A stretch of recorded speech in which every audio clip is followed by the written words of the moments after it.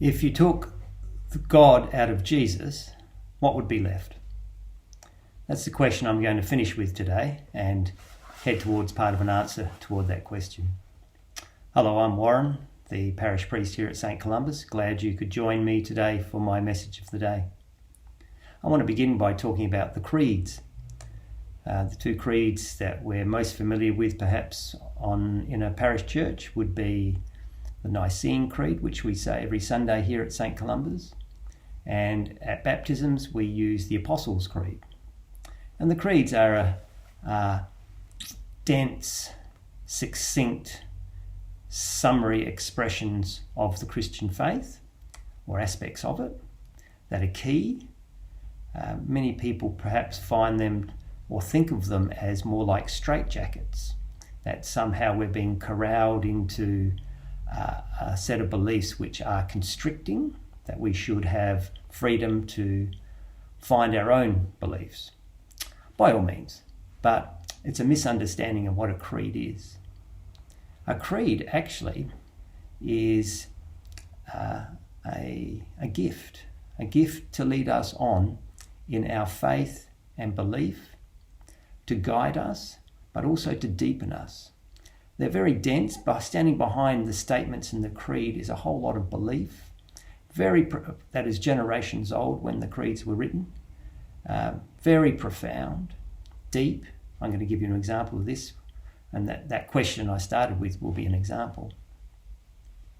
And I found this in studying the creeds, that where some of it I was a little bit suspect on, actually I found that it was bigger and better than me, that it could lead me on.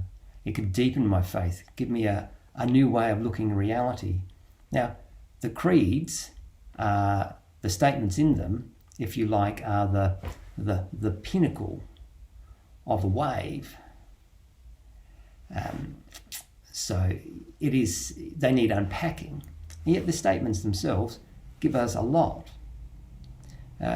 Take the creed and the Nicene Creed, what it says about Jesus, very God of very God, begotten, not made. And that's saying that Jesus is fully divine. And he became human. And that's trying to say that Jesus is human. We call it the two natures, but he's both divine and human. And standing behind that, though, is a whole lot of theology and a very profound insight into what it means to be human. And we'll come back to that question that I began with today. So Jesus is fully human and fully divine. So if you took the God bit out of Jesus, so in John chapter 1 verse 14 we're told that the Word became flesh. In John chapter 1 verse 1, you could look this up, we're told that the Word was God. So the Word, God, became flesh. So if we took out the Word from Jesus, what would be left? And you might think, that would be his humanity would be left. And that would not be the answer that lays behind the creed. The answer that lays behind the creed is that nothing would be left. Nothing. God became fully human and yet remains God. That tells us something. For one thing, what it tells us is the very profound calling of humanity to be bearers of God. God could become human, not half and half, not a mixture of the two into some third substance which is somehow different, but could become fully human and remain God. That's why we should take very seriously the image of God, that theology, the practice of the image of God in each other, to treat each other with profound respect. Think of that, of the God becoming fully human in Jesus also. It says something about the created order. If, like other religions, let's say, wanted to say, if Christianity, like other religions, wanted to say that actually the created order, creation, stardust, doesn't matter. In the end, what you have to do is go in deeper. You'll discover that what's on the outside of your life, the stuff of your life, the suffering, is a mirage in a way. Just keep on going in deeper to find what is true. If Christianity was like that, we wouldn't have a creed saying that what it says. God would not need to become human in Jesus and remain fully divine, uniting heaven and earth. God wouldn't need to do that. God should just send us some meditational technique or something. But God did become human in Jesus. And that says something about the importance of the created order, the stardust that we are made of, that Jesus was made of, for salvation.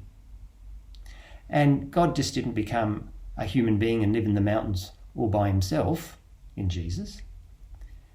God became human and suffered on death on a cross, betrayal, was a victim of human sin. That tells us something else about God's response to evil.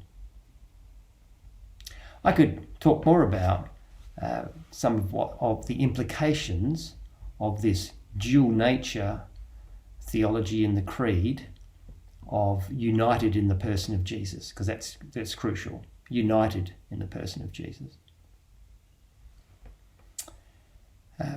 That's probably enough. But my key idea today, though, is not to see the creeds as a straitjacket, but actually leading us on into ever deeper understanding of our faith. And they are, because of that, part of that apostolic tradition, part of the apostolic succession that I talked about last week, that we have the faith that we have received from the apostles because they encountered the risen Jesus.